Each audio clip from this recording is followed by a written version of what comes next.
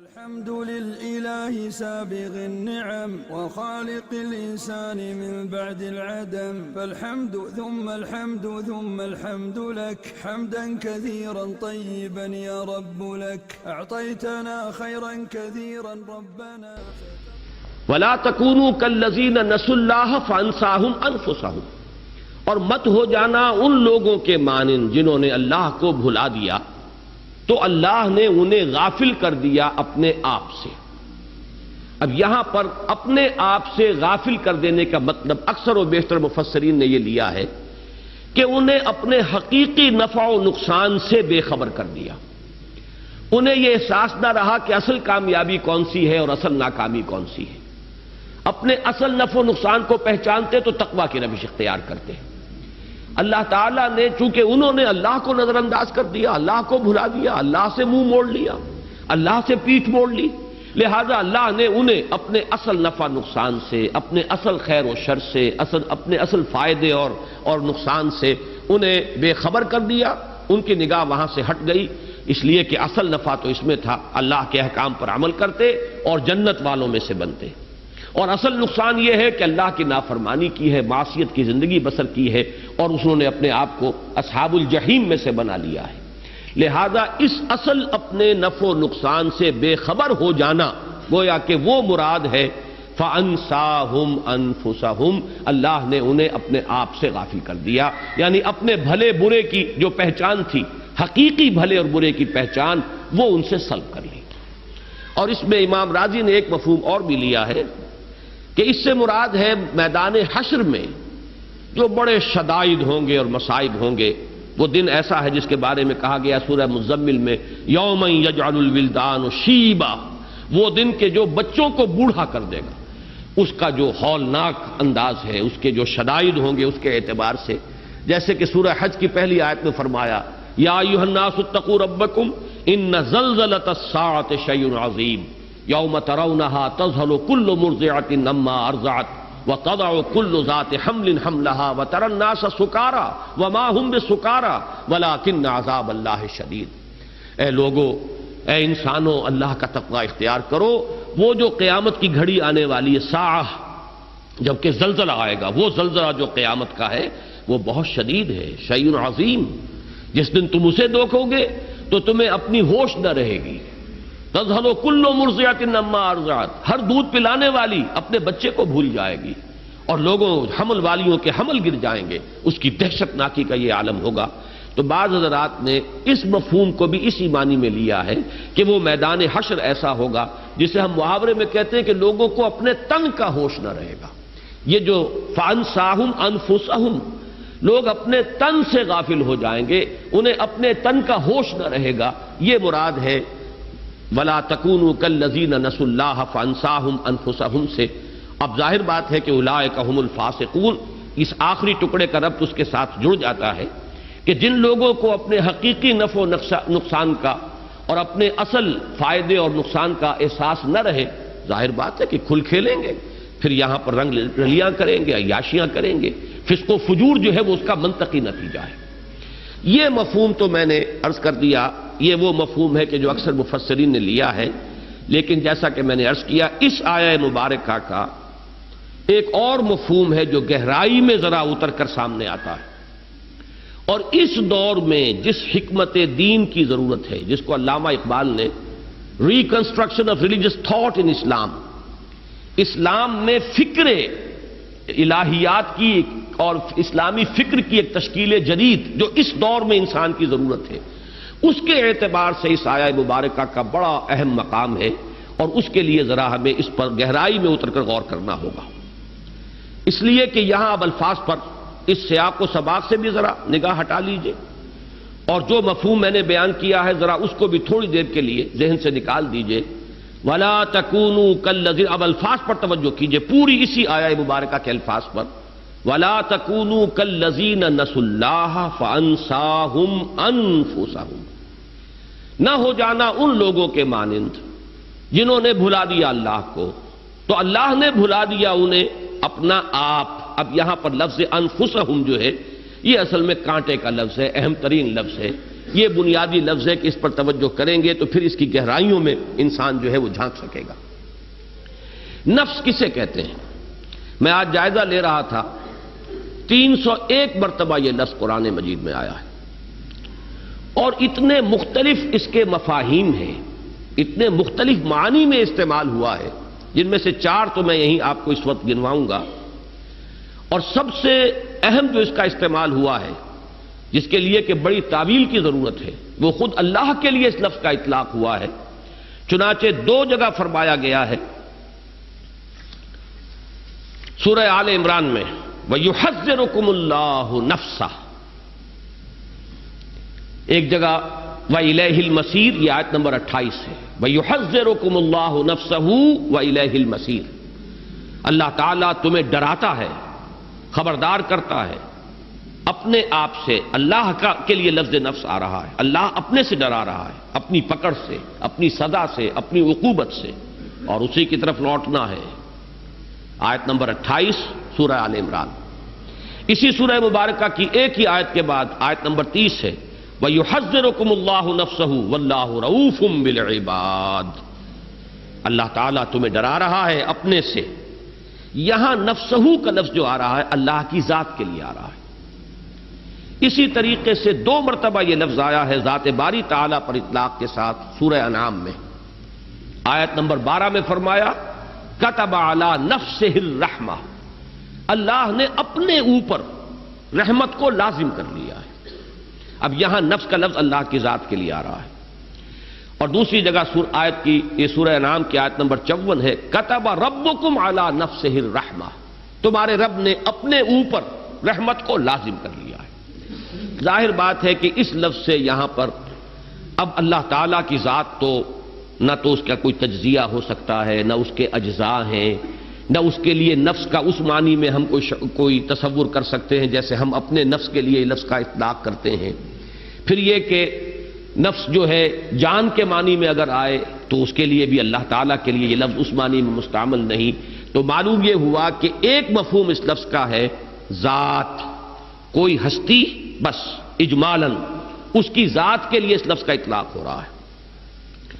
دوسرا لفظ، اس لفظ کے دوسرا مفہوم جو بہت کثرت سے آیا ہے قرآن مجید میں، وہ ہے جان۔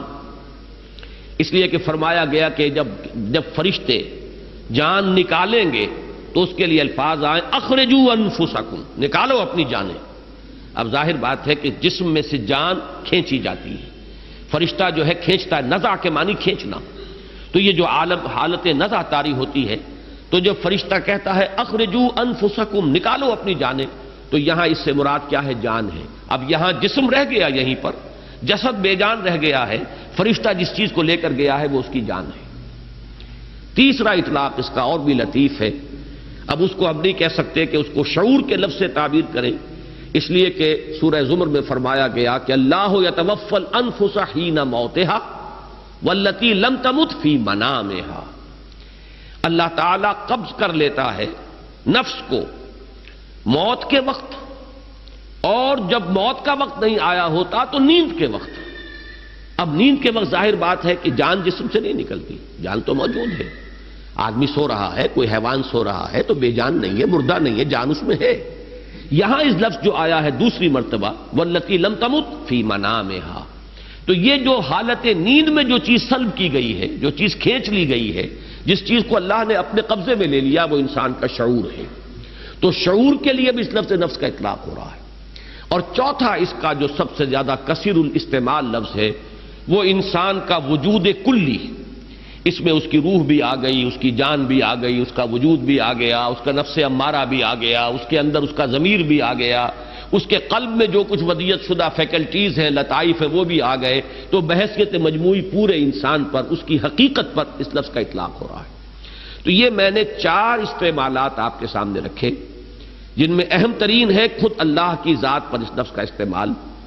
ان 4 کو ذہن میں جب رکھیے گا تو نفس کا مفہوم آئے گا۔ ایک اور لفظ بھی اس کے بارے میں نوٹ کر لیں کہ نفس کے ساتھ ہی ایک لفظ نفس آتا ہے، فے کے زبر کے ساتھ، اور یہ عجیب بات ہے، جیسے روح اور ریح حروف اصلی ایک ہی ہے، ریح ہوا اور روح، اس روح کے بارے میں تو بڑی طویل بحثیں جو ہے ہم مختلف اوقات میں کرتے رہے ہیں، اور مسجد میں جمعے کے خطابات میں ان دنوں یہی مضمون جو ہے 3-4 جمعوں سے زیر بحث چلا آ رہا ہے.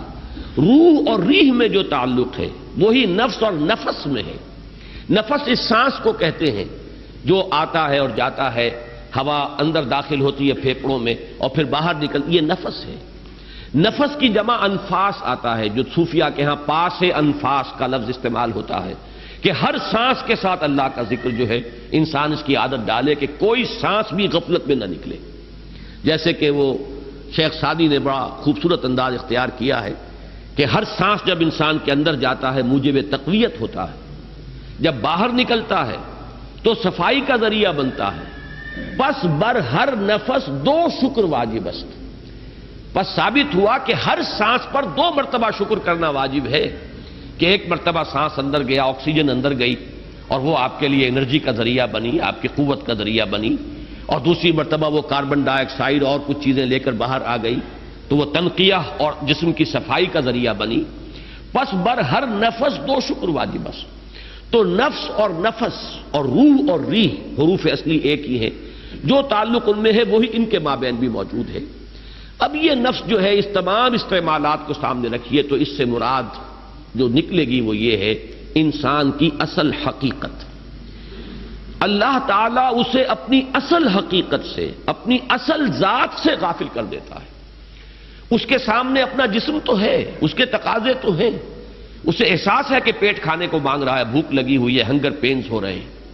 اسے احساس ہے کہ سردی ہے، مجھے کوئی گرم کپڑا جو ہے استعمال کرنا چاہیے، اوڑھ لینا چاہیے. اسے اپنے جسم کے تقاضوں کا پورا احساس ہے.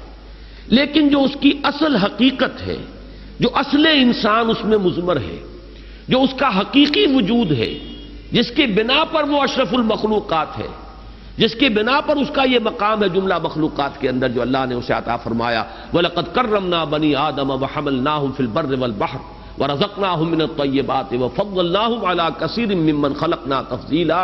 اس سے وہ غافل ہو جاتا ہے.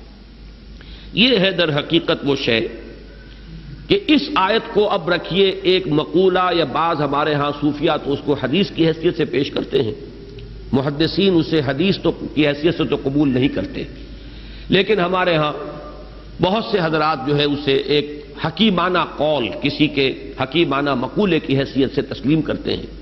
اور وہ در حقیقت اس آیہ مبارکہ کا کانورس ہے. من عرف نفسہ فقد عرف ربہ. بالکل یہ کہ جس نے اللہ کو بھلایا وہ اپنے آپ سے غافل ہو گیا، اپنی حقیقت سے بے خبر ہو گیا. جس نے اپنی حقیقت کو پہچان لیا اس نے اللہ کو پہچان لیا. مجھے 2 اشعار یاد آ رہے ہیں، پتہ نہیں پورے ذہن میں ہوں گے یا نہیں، مفہوم ہے ذہن میں. کراجوئی چرا در پیچ و تابی کہ او پیداست تو زیر نقابی، تلاش او کنی جز خود نہ بینی، تلاش خود کنی جز او نہ یابی. کس کو تلاش کر رہے ہو؟ یہ جو انسان کے اندر ایک فطری جذبہ ہے. میں نے کئی دفعہ عرض کیا ہے اپنی گفتگوؤں میں کہ ہائی اسکول میں تقریباً 5 سال تک متواتر ایک دعا ہم صبح پڑھتے رہے، مجھ کو ہے تیری جستجو، مجھ کو تیری تلاش ہے، خالق میرے کہاں ہے تو، مجھ کو تیری تلاش ہے. اب یہ ایک واقعہ ہے کہ فطرت انسانی میں ایک تلاش مضمر ہے، ایک بے چینی سی، جو خصوصاً زیادہ حساس اور ذہین اور فہیم لوگ ہوتے ہیں ان کے اندر ایک بے کلی، ایک بے چینی سی ہوتی ہے، جس کو کہ مولانا روم نے تعبیر کیا ہے بشنو از نئے چوں حکایت میں کنت بس جدائی ہا شکایت میں کنت. معلوم ہوتا ہے کہیں سے کوئی ہجر کی کیفیت ہے، کہیں سے کوئی علیحدگی ہو گئی ہے، اپنے منبع سے کہیں ہم جدا ہو گئے ہیں، اپنے مرکز سے کہیں منقطع ہو گئے ہیں. یہ بے کلی اور بے چینی جو ہے اس میں انسان تلاش کرتا ہے. مجھ کو ہے تیری جستجو، مجھ کو تیری تلاش ہے. اب کس کا ہے یہ؟ علامہ اقبال کے اشعار ہے. کراجوئی، کس کو تلاش کر رہے ہو بھائی؟ چرادر پیچ و تابی، کس لیے یہ پیچ و تاب، یہ بے کلی، یہ بے چینی؟ کراجوئی چرادر پیچ و تابی کہ او پیداست تو زیر نقابی. وہ اللہ جس کو تم تلاش کر رہے ہو وہ تو حویدہ ہے، عیاں ہے، اظہر من الشمس ہے، معمور ہو رہا ہے عالم میں نور تیرا، از ماہ تاب ماہی سب ہے ظہور تیرا، تو زیر نقاب آ گیا ہے. اب یہ جمعے کی تقاریر میں یہ بیان کر چکا ہوں ان دنوں میں، کشف المحجوب، محجوب تو ہم ہیں، غلاف تو ہمارے دلوں پر چڑھ گئے ہیں، زنگ تو ہمارے آئینہ قلب پر آ جاتا ہے، رخ تو ہم نے موڑا ہوا ہے اللہ کی طرف سے، ہم اس کی طرف روح نہیں کر رہے، اپنا رخ نہیں کر رہے. ہم تو مائل بکرم ہے، کوئی سائل ہی نہیں، راہ دکھلائیں کسے رہنمے منزل ہی نہیں. تو یہ جو ہے ہم ہیں اصل میں جو محجوب ہیں. اسی محجوب کے لفظ کو علامہ یہاں لائے ہیں زیر نقاب. زیر نقاب تم ہو کہ وہ پیداست، وہ تو ذرے ذرے سے پیدا ہے. ان فی خلق السماوات والارض واختلاف اللیل والنہار والفلک التي تجری فی البحر بما ينفع الناس وما انزل اللہ من السماء من ماء فاحیا به الارض بعد موتها وبث فیها من كل دابة وتصریف الرياح والسحاب المسخر بین السماء والارض لآیات لقوم یعقلون. ایک ایک ذرے میں اس کی نشانی موجود ہے.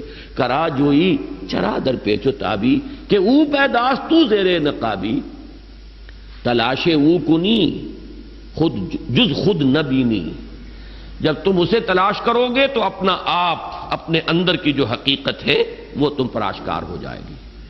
تلاش خود کنی جز او نہ یابی، اپنی حقیقت کو تلاش کرو گے تو اللہ کو پالو گے. اب یہ بالکل وہی مفہوم ہے کہ من عرف نفسہ فقد عرف ربہ. اور یہ آیہ مبارکہ وَلَا تَكُونُوا كَالَّذِينَ نَسُوا اللَّهَ فَأَنسَاهُمْ أَنفُسَهُمْ أُولَٰئِكَ هُمُ الْفَاسِقُونَ. میں نے پہلے بھی عرض کیا ہے اور اس وقت پھر نوٹ کر لیجئے توجہ کے ساتھ.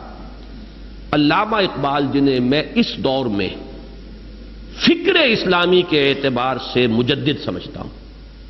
اب اس لفظ کو میرے غور سے سنیے گا. ایک ہے جامع شخصیت جس میں علم بھی ہو، عمل بھی ہو، پھر علم کے ساتھ فہم بھی ہو، تقوی بھی ہو، تدین بھی ہو، مجاہدانہ کردار بھی ہو.